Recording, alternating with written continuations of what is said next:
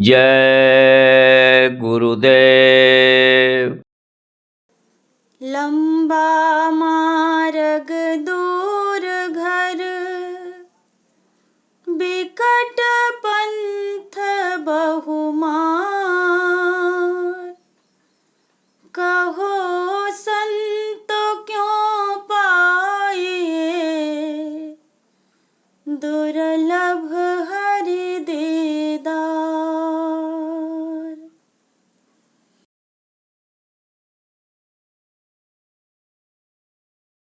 मेरे गुरु जी से कहियो जाय, खबरिया मेरे सतसंगी। मेरे गुरु जी से कहियो जाय, खबरिया मेरे सतसंगी। जब से बिछुड़े हम सतगुरु से, जब से बिछुड़े हम सतगुरु से, कोई न खबर कहे मेरी उनसे। कोई न खबर कहे मेरी उनसे। मोहे काल रहो भरमाए, खबरिया मेरे सतसंगी। मोहे काल रहो भरमाए, खबरिया मेरे सतसंगी। मेरे गुरु जी से कहियो जाय, खबरिया मेरे सतसंगी। मेरे गुरु जी से कहियो जाय, खबरिया मेरे सतसंगी।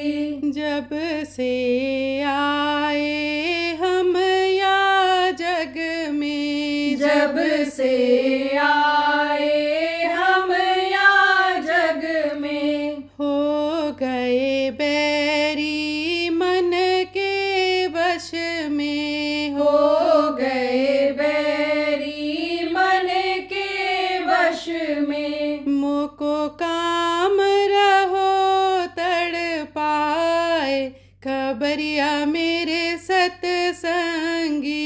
मोको काम रहो तड़पाए, खबरिया मेरे सतसंगी। मेरे गुरु जी से कहियो जाय, खबरिया मेरे सतसंगी। मेरे गुरु जी से कहियो जाय, खबरिया मेरे सतसंगी। जब से आए देश वीराने, जब से आए देश वीराने, हमने हमको ही ना पहचाने। हमने हमको ही ना पहचाने। मोको माया ने लियो भरमाए, खबरिया मेरे सतसंगी। मोको माया ने लियो भरमाए, खबरिया मेरे सतसंगी। मेरे गुरु जी से कहियो जाय, खबरिया मेरे सतसंगी। मेरे गुरु जी से कहियो जाय, खबरिया मेरे सतसंगी। दासन दास अरज सतगुरु से, दासन दास अरज सतगुरु से। अब तो छुड़ा लो मोहे कालन से। अब तो छुड़ा लो मोहे कालन से। मोको चरणों में ले ओ लगाए, खबरिया मेरे सतसंगी। मोको चरणों में ले ओ लगाए, खबरिया मेरे सतसंगी। मेरे गुरु जी से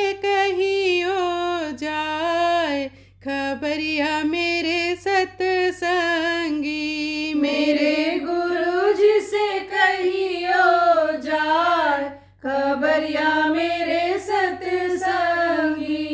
जय गुरुदेव। जय गुरुदेव।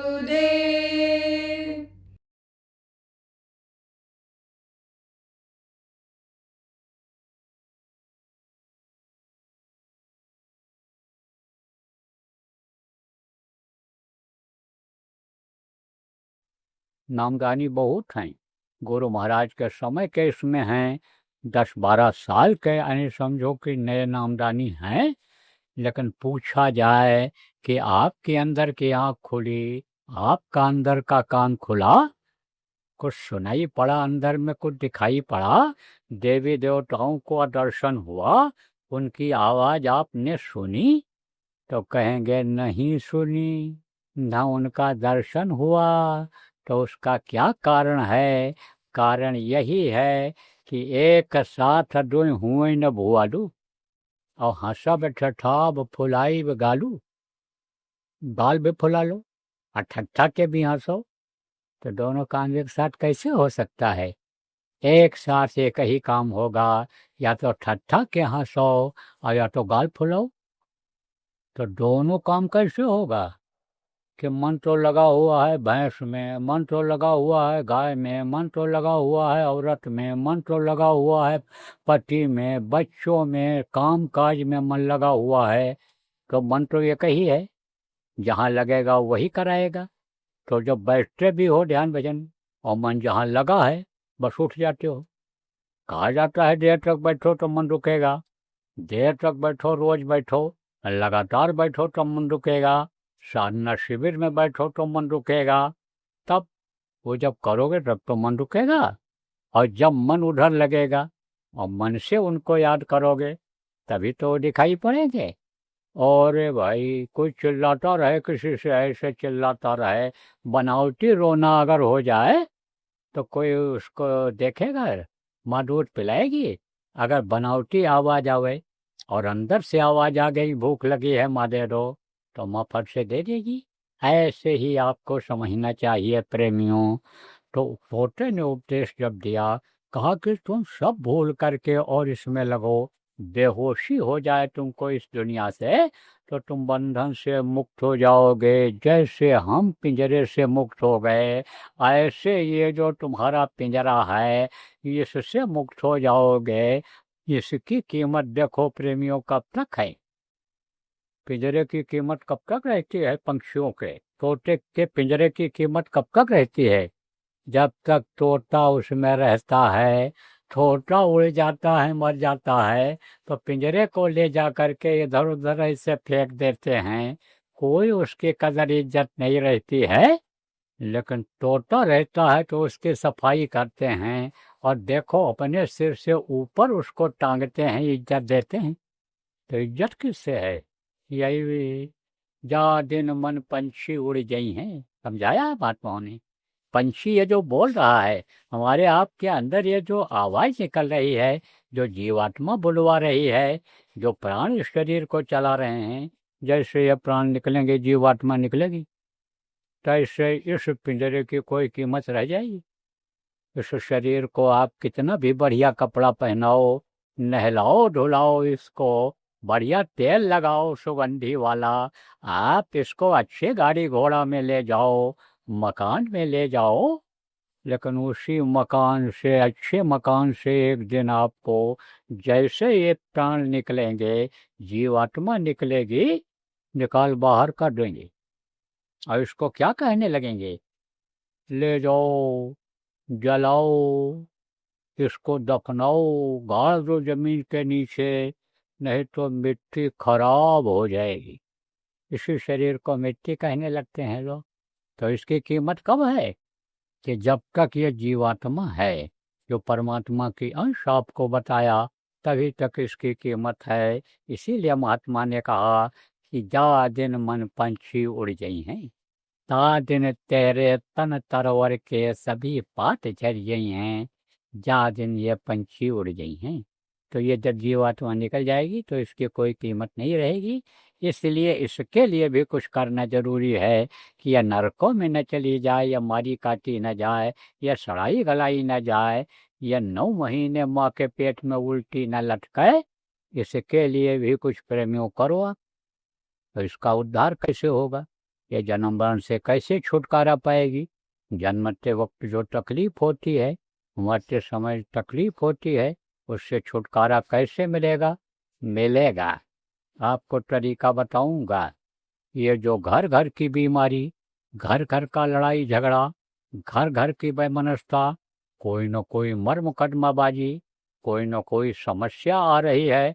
किसी का लड़का भग रहा है, अपना मनमानी कर रहा, किसी का औरत मनमानी कर रही, किसी का पति मनमानी कर रहा है, किसी का भाई मनमानी कर रहा है। एक साथ सब लोग नहीं रह रहे हैं, प्रेम नहीं है आपस में। यानी ये जो टेंशन है बहुत है इस समय पर, तो ये दुख कैसे दूर होगा? जब ये दुख दूर होगा तब आप आगे बढ़ पाओगे। तो ये सब दुख कब दूर होगा? कि जिसके लिए नानक साहब ने कहा कि नानक दुखिया सब संसार, सब दुखी। सच पूछो तो सब दुखी हैं। जिनके पास है वो भी दुखी है, जिनके पास नहीं है वो भी दुखी हैं, जिनकी शादी नहीं हुई वो भी दुखी हैं, और जिनकी हो गई वो भी दुखी हैं, जिनके लड़के नहीं हैं वो भी दुखी हैं, और जिनके 4 लड़के हो गए कह रहे हैं कि मर जाते तो ठीक था। क्योंकि सत्संग नहीं मिलता है, जानकारी नहीं हो पाती है, तो उनके देख रेख नहीं कर पाते हैं। घर से बच्चा निकला, घर से लड़की निकली, कहाँ जा रही है, क्या कर रही है? कहते तो हैं पढ़ने के लिए जा रहे हैं, लेकिन वो घूमने लगते हैं इधर उधर, गलत बच्चों का साथ पड़ जाता है। आप ये समझो नशे की आदत बन जाती है। अब वही तकलीफ देते हैं, वही तकलीफ देते हैं। क्यों? क्योंकि उनके अंदर इच्छा है, महत्वाकांक्षा है, उसके अंतर्गत वो क्या करते हैं? नेपाल राष्ट्र, ये नेपाल देश, आज आपको बता रहा हूं कि जो चीज मैं बताऊं उसके आधार पर आप चलो करो और लोगों को चलाओ, तो इतनी संपत्ति, इतना धन है नेपाल में कि पूरी दुनिया को भोजन करा सकता है। ये आप बात समझो। आप कहोगे भाई है कहाँ हो? यह सरकार के खजाने में है कि कोई सेठ साहूकार के खजाने में है कहाँ वो?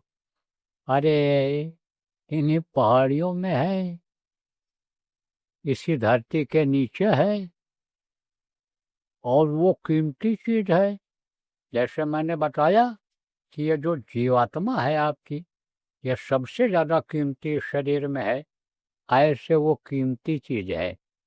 देखो, नेपाल का रुपया लेकर जाओ, भारत में नहीं चलेगा, चीन में नहीं चलेगा, दुबई में नहीं चलेगा, कहीं भी देश में ले जाओ नहीं चलेगा। 1 पैसा आपको उसके बदले नहीं मिलेगा, 1 कप कोई चाय उसके बदले नहीं देगा। लेकिन सोने चांदी लेकर चले जाओ, हीरा लेकर चले जाओ, तो उसकी कदर सब जगह है।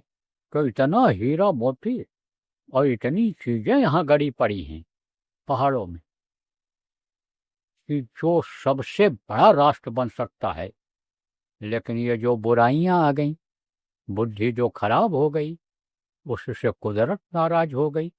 यही धरती, कहते न मेरे देश की धरती सोना उगले, उगले हीरा मोती। ये धरती ही तो अनाज देती है, तब आप खाते हो। यह धरती ही तो पेड़ पौधे पर फल लगाती है, तब आप खाते हो। इस धरती पर ही तो जड़ी बूटियां बढ़िया निकलती हैं, जिनको लोग ले जाते हैं विदेशों के लोग, और जीवन दान दवाएं बनाते हैं, जो असाध्य रोगों को खत्म करता है। तो ये धरती ही तो देती है, धरती देती है ये, तो ये दे दे। लेकिन इस धरती पर पाप हो रहा है, ये धरती गंदा हो रही है, इस पर खून बह रहा है, जानवरों का, आदमियों का खून बह रहा है इस पर। यह धरती गंदा हो रही है। ये जो खून बहता है, चाहे आदमी का खून बहता हो मरता हो, चाहे जानवरों का खून बहता हो मरता हो, तो वो सड़ता कहाँ है? इसी धरती पर सड़ता है। हड्डी कहाँ यानी समझो जलाते हैं, कहाँ मुर्दा जलाते हैं? धरती पर जलाते हैं। धरती के नीचे मुर्दा गाड़ देते हैं। धरती पर ये देखो यानी जानवरों के खाल पड़े रहते हैं, हड्डी फड्डी पड़ी रहती है, तो ये धरती नाराज है। इससे बचाओ धरती को, तो ये धरती तो खोल देगी। जैसे आप ये समझो खजाना लोग पहले राजा लोग खोल देते थे प्रजा के लिए कि जितनी इच्छा हो उतनी ले जाओ, ऐसे ये धरती खोल देगी। लेकिन यहीं के लोग साधन सुविधा के लिए आए, शोर आराम के लिए।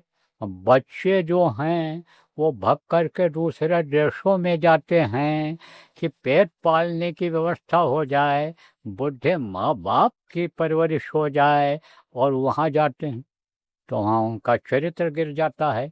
वहाँ उनका खान पान अगर यहाँ से शुद्ध भी रहा, शाकाहारी नशा मुक्त रहे, तो लोगों का साथ पड़ जाता है और वो उसमें पड़ जाते हैं। और परिणाम ये होता है कि घर से गए थे कमाने के लिए, लेकिन और गंवा करके चले आते हैं। तो नहीं जाना पड़ेगा। बात जो मैं बताऊं उस तरह से करो। अब आप ये समझो कि भजन करोगे, भजनानंदी बन जाओगे। तो सुबह जो लोग आप सत्संग में मौजूद थे, आपको बताया था कि आत्म शक्ति आ जाती है, आत्मबल आ जाता है, और जिस चीज की आदमी इच्छा करता है उसकी वो इच्छा पूरी हो जाती है। इसी धरती पर देखो बहुत तरह के राज्य हुए हैं।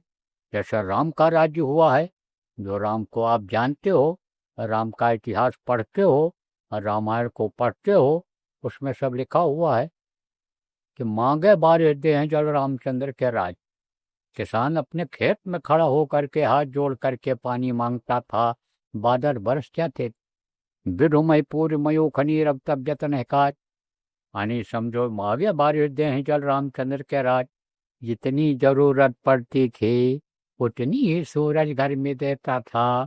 ये गौ माता से लोग कहते थे कि गौ माता दूध दे दो तो दे देती थी। तब उस समय कोई गौ मांस खाता था? उस समय कोई गाय काटता था? नहीं करता था। देखो यह बात बताना जरूरी है। अगर बताया नहीं जाएगा तो आपके समझ में कैसे आएगा? आपके समझ में आने के लिए आपको बताया जा रहा है। देखो किसी को फोड़ा हो गया, फोड़ा हो गया, अगर उसको काटोगे नहीं, दवा नहीं भरोगे, तो हड्डी तक उसका असर जाएगा। लेकिन काटते समय, फाड़ते समय फोड़ा को दवा भरने के लिए साफ करते समय तो तकलीफ होगी ही होगी। अब मान लो कोई आप गौ मांस खाते हो, तो आप कहोगे बाबा तो गौ मांस खाना बंद करवा रहे हैं। वो बाबा आए, वो बाबा आए, वो कथा हमने सुना, वो भागवत सुना, वो किसी ने मना नहीं किया। अरे भाई आप ये समझो जो जानकार होता है वही तो उसको हमको बताता और करता है। देखो डॉक्टर बहुत होते हैं, गांव का कोई डॉक्टर है तो फोड़ा आप समझो कि फाड़ना नहीं जानता है तो मलहम आपको दे देगा, मलहम लगाते रहो, लेकिन नासून न बने। जो जानकार होगा वो कहेगा ये फोड़ा कटवा दो, अब आप इसको काट के दवा भर देंगे तो नासून नहीं बनेगा। तो ये चीज़ बताना जरूरी है। तो गौओं से लोग दूध मांगते थे और गायें ये दूध दे दिया करती थी। तो धरती तो वही है, आप ये समझो धरती वही है और आदमी भी उसी तरह के हैं। हाथ पैर आँख कान सब एक जैसा है सबका, और सब लोग भोजन खाते हैं, टट्टी पेशाब करते हैं। आदमी तो वही है, जगह ही तो बदली है। भारत और समझो नेपाल का बॉर्डर ही तो बना है, बाकी आदमी वही है, धरती वही है। तो अब आप ये समझियो कि भारत में अन्न पैदा होता है, चीन जापान में अन्न पैदा होता है, तो आपके नेपाल में भी तो धरती अन्न देती है, फल फूल देता है। तो इस बात को आपको समझना चाहिए। सिया राम मैं सब जग जानी, करहूँ प्रणाम जोर जो पानी। सबके अंदर जीवात्मा है, परमात्मा की अंश है, सबके अंदर में है। तो आप ये समझो प्रेमी कि एक काम अगर ये होने लग जाए कि सब आत्मा परमात्मा का दर्शन करने लग जाएं और सब शाकाहारी हो जाएं, नशा मुक्त हो जाएं और जीवों पर दया करने लग जाएं, जो धर्म है, मानव का धर्म है, उसका पालन करने लग जाएं। मनुष्य का क्या धर्म है? जीवों की रक्षा करना। मनुष्य का क्या धर्म है? कि अपनी आत्मा को परमात्मा तक पहुंचा देना, इसको मिला देना, परमात्मा की शक्ति ताकत इस जीवात्मा में ले आना, यह मनुष्य का धर्म है। पानी बिजली बंद करा दें तो आप समझो कुछ भी कर दें तो भौतिक तकलीफ होगी। और दैहिक तकलीफ किसको कहते हैं? यही बाढ़ आ गया, पहाड़ गिर गया, आदमी मर गए, गाड़ियां बह गईं, जानवर बह गए, ये सब क्या है? भूचाल आ गया, घर गिर गए, आदमी दब के मर गए, जानवर दब के मर गए। आप समझो घर में कोई भी नहीं बचा, पूरा घर का नाश हो गया। ये क्या है? ये समझो दैहिक तकलीफ है। तो इन सबसे अगर छुटकारा पाना है तो हाथ जोड़ कर विनय हमारी, तजो नशा बनो शाकाहारी, छोड़ो व्यभिचार बनो ब्रह्मचारी, और सत्युग लाने की करो तैयारी। अच्छा समय लाओ, नहीं तो दिन ब दिन खराब समय आता जा रहा है, और खराब समय आएगा तो खराब सबको अनी हवा लगेगी। कोई भी बीमारी आवे तो सबको लगेगी। तो आप ये समझो कि संभल के रहने की ज़रूरत है। लेकिन ये जो तकलीफ है, दैहिक तकलीफ और भौतिक तकलीफ है, इन तकलीफों पर आपका बस नहीं है। आप अगर सत्संग सुनते हो और मैं कहता हूँ कि भाई अंगोछा डाल लो गले में, यानी कान से, और यानी कान में बांध लो, ठंडी है, कान से और गले से ज़्यादा ठंडी का असर होता है, और आपने बांध लिया तो आपको जुकाम नहीं होगा, आपकी बचत हो जाएगी। जिसने नहीं बांधा वो उसको तो जुकाम हो जाएगा, सर्दी बुखार हो जाएगा। तो उसने नहीं माना तो उसको हो गया, इसको तो आप मान लोगे। लेकिन जो सजा देगी, आपकी सरकार हो चाहे अन्य जो प्रशासन हो, वो तो आपके बस में नहीं है। तो अगर वैसा कोई काम करोगे तो अगर वो तकलीफ दे दिया तो फिर भी दिक्कत आएगी। और ये जो कुदरत के बरखिलाफ काम करोगे, प्रकृति के प्रतिकूल काम करोगे, और ये जो भूकंप आता है, बाढ़ आता है, सूखा काल पड़ता है, बीमारी आती है, इसको आप कैसे दूर कर सकते हो? इसलिए भैया अच्छा समय ले आओ, सतयुग ले आओ, ब्रह्म में विचरण करने वाले बन जाओ।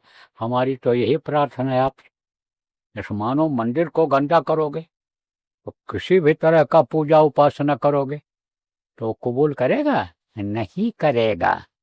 पत्थर का, मिट्टी का मंदिर बनाते हो, मस्जिद लोग बनाते हैं, गिरजाघर को द्वारा बनाते हैं, लेकिन उसमें कोई गंदी चीज इस तरह से ले जा करके डाल दो, किसी मुर्दा का मांस डाल दो, आप हड्डी डाल दो, आप उसके खाल ले जा करके डाल दो, तो कोई वहाँ पूजा करेगा?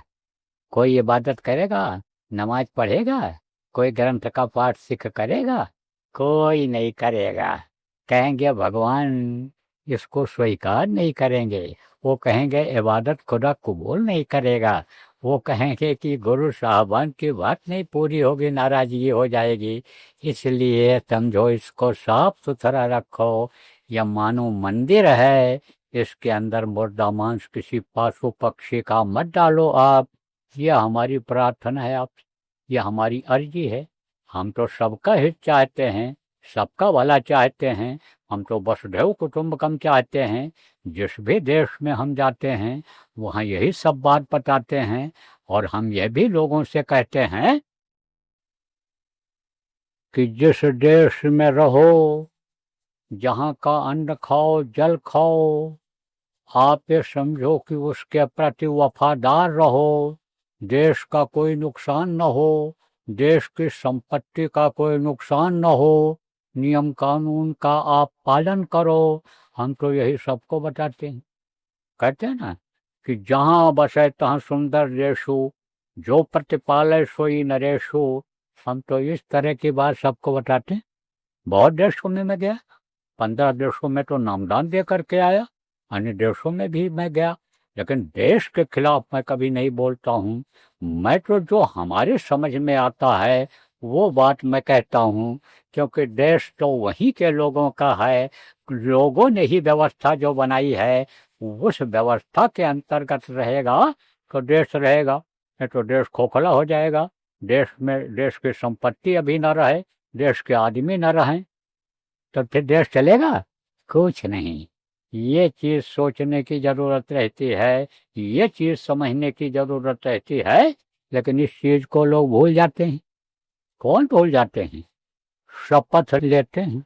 शपथ किसको कहते हैं? कसम खाते हैं। कौन कसम खाता है? अधिकारी लोग कसम खाते हैं कि जो पद पर जाते हैं वो कहते हैं हम नियम के अनुकूल चलेंगे, हम कोई पक्षपात नहीं करेंगे, हम कोई जातिवाद में नहीं फंसेंगे, हम कोई एरियावाद में नहीं फंसेंगे, हम किसी भी वाद में नहीं फंसेंगे। ये शपथ खाते हैं। जज लोग जाते हैं, जब कुर्सी पर बैठते हैं, उससे पहले उनको शपथ दिलाया जाता है कि हम न्याय करेंगे, हम अन्याय नहीं करेंगे, हम इस कुर्सी की लाज बचाए रखेंगे, हम इस कुर्सी की मर्यादा बनाए रखेंगे, हमारे मुंह से या हमारे कलम से यानी अन्याय नहीं होगा। इसका शपथ लेकर जाते हैं, शपथ लेते हैं, कसम खाते हैं। ऐसे देश के नेता लोग हैं, जब कसम खाते हैं कि हमको ऐसा करना है, इस तरह से करना है, तो उस तरह से करने का कसम खाते हैं कि हम सबको अपना समझेंगे, सबका पालन पोषण करेंगे, ऐसा इंतजाम करेंगे कि जिससे सबको फायदा हो। ऐसा कोई काम नहीं करेंगे कि जिससे प्रकृति नाराज हो जाए, ना खुश हो जाए और लोगों को दुख पहुंचने लगे। हम इस तरह का काम करेंगे, यह साधन देंगे, ये सुविधा देंगे, लेकिन भूल जाते हैं कुर्सी पर पहुंचने के बाद, चाहे अधिकारी हों और चाहे ये यानी समझो उच्च अधिकारी हों और चाहे ये नेता लोग हों, जब उस चीज़ को भूल जाते हैं कि हमने क्या वादा किया था, जनता के लिए क्या किया था, जनता के लिए मैंने क्या किया था और जनता ने मुझको भेजा था, उसको जब भूल जाते हैं तब जनता ही परिवर्तन कर दिया करती है, बदलाव ला दिया करती है। और फिर जो कुर्सी पर से उतर जाता है, फिर जल्दी उस कुर्सी पर यानी प्रजातंत्र में जनता पहुंचाती नहीं है। उसके सभी सपनों पर यानी पानी फिर जाता है, उम्मीदों पर पानी फिर जाता है। इसलिए सभी लोगों से मेरी हाथ जोड़कर यह प्रार्थना है, चाहे देश के नेता हों, चाहे अधिकारी कर्मचारी हों, जो वादा करें उस वादा को निभावें। ये आज मेरी प्रार्थना है प्रेमियों।